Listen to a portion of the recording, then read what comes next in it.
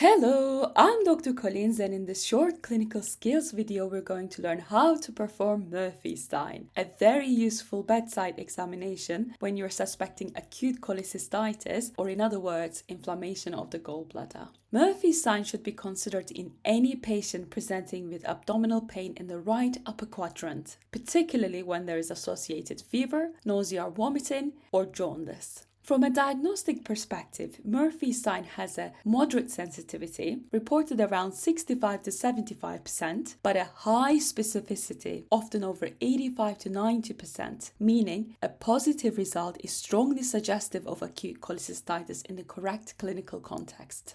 In order to perform Murphy's sign, position the patient lying supine with the abdomen exposed and relaxed. Murphy's sign relies on the principle that when a patient takes a deep breath in, the diaphragm descends, pushing the liver and gallbladder inferiorly towards the examiner's hand.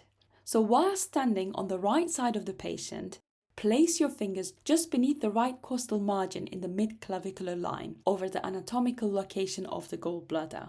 Ask the patient to exhale fully and then apply gentle but firm pressure. Then ask the patient to take a slow and deep breath in.